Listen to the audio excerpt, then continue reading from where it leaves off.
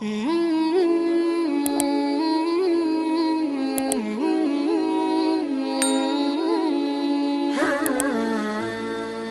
والدین جب بوڑھے ہو جائیں تو اولاد کا امتحان ہوتا ہے،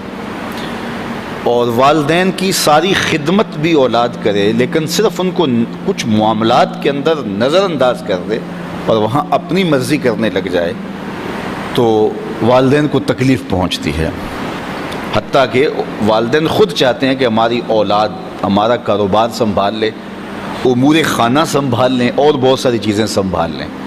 اور بعض اوقات اولاد اتنی سمجھدار، سنجیدہ اور متین ہوتی ہے کہ وہ اچھے انداز سے، بہتر بلکہ انداز میں سنبھال لیتی ہے، لیکن والدین کو اگر وہ نظر انداز کریں اور کسی معاملے میں پوچھیں نا تو ان کو ایک اپنے اختیارات سمٹتے ہوئے دکھائی دیتے ہیں اور وہ تنہائی محسوس کرتے ہیں۔ تو اولاد اگر صرف اپنے والدین سے پوچھ لے تو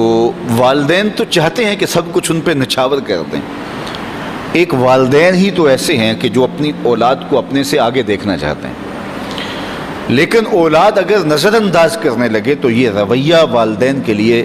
اذیت کا، تکلیف کا سبب ہوتا ہے۔ اور اگر اولاد اتنی سرکش ہو جائے کہ اپنے والدین کو دقیانوس سمجھنے لگ جائے، حالات سے بے خبر جاننے لگ جائے تو یہ والدین کے لیے اس سے بھی زیادہ تکلیف کا سبب ہے۔ اور اگر وہ والدین کو مداخلت بھی نہ کرنے دیں تو یہ تکلیف اور زیادہ بڑھ جاتی ہے، اور زیادہ اذیت بڑھ جاتی ہے۔ اللہ کے محبوب کی خدمت میں ایک شخص حاضر ہوا اور اس نے حضور کی بارگاہ میں شکایت کی، اور وہ یہ تھی کہ میرا بیٹا اپنی چیزوں کو جو ہے وہ مجھے ہاتھ نہیں لگانے دیتا۔ تو آقا کریم علیہ السلام نے اسے بلایا اور فرمایا کہ یہ تمہارا باپ کیا کہہ رہا ہے؟ تو اس نے کہا کہ حضور اس کی عمر ایسی ہو گئی ہے تو یہ چیزیں خراب کر دیتا ہے۔ تو آقا کریم کی چشمان اقدس سے آنسو ٹپکنے لگے، اور آقا کریم نے فرمایا کہ ایک وقت تھا کہ تو اس کی چیزیں خراب کرتا تھا اور اس نے کبھی نہیں تمہیں روکا تھا، یہ دوبارہ وہ چیزیں لا کے تمہیں دیتا تھا۔ تو حضور نے اس وقت ایک تاریخ ساز جملہ ارشاد فرمایا، انتا و مالو کا لابی کا، فرمایا تو بھی، تیرا مال بھی تیرے باپ کا ہے،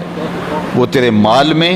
تیرے معاملات میں جس طرح چاہے تصرف کر سکتا ہے، اللہ نے اس کو اختیار دیا۔ تو ماں باپ کی خدمت یہ سعادت مندی کا راستہ ہے، اور ماں باپ کو نظر انداز کر دینا، ماں باپ کی بے ادبی کرنا، ماں باپ کی توہین کرنا،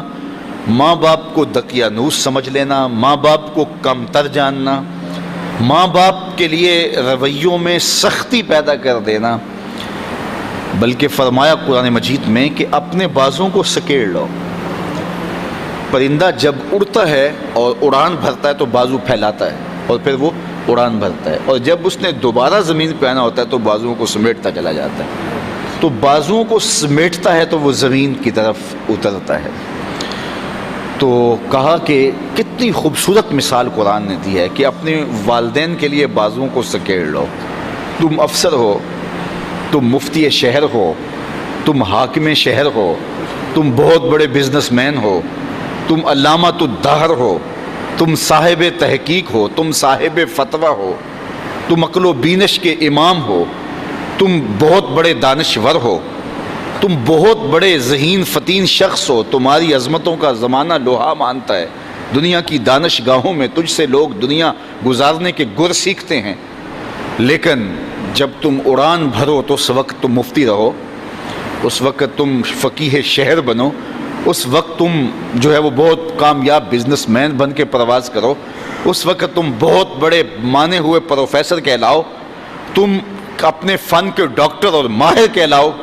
لیکن جب تم واپس اپنے باپ کی چوکھٹ پہ اپنی ماں کی بارگاہ میں آؤ تو بازو سکیڑ لو، اس وقت بیٹے بن کے آؤ۔ اس وقت تمہارے ساتھ جو مفتی کا ٹائٹل ہے، عالم کا ٹائٹل ہے، پروفیسر کا ٹائٹل ہے، ڈاکٹر کا ٹائٹل ہے، کامیاب بزنس مین کا ٹائٹل ہے، وزیر اور مشیر کا ٹائٹل ہے، وہ اتر جائیں بازو سکیڑ کے، تم ایک بیٹے بن کے ماں کی آگوش، ماں کی خدمت میں اور اس کے حضور اور باپ کے حضور بیٹھو، تو یہ ان کے لیے تسکین کا سبب ہے۔ اور اب جب دوبارہ اڑان بھرو گے تو اللہ تعالیٰ تمہیں اور زیادہ عزتوں سے نوازے گا۔ تو فرمایا کہ اپنے بازوؤں کو سکیڑ لو. اللہ اکبر، کتنی خوبصورت بات ارشاد فرمائی. اور فرمایا کہ ان کے سامنے ادب کا لحاظ رکھو، تلقین ادب کی، اف تک نہ کہو.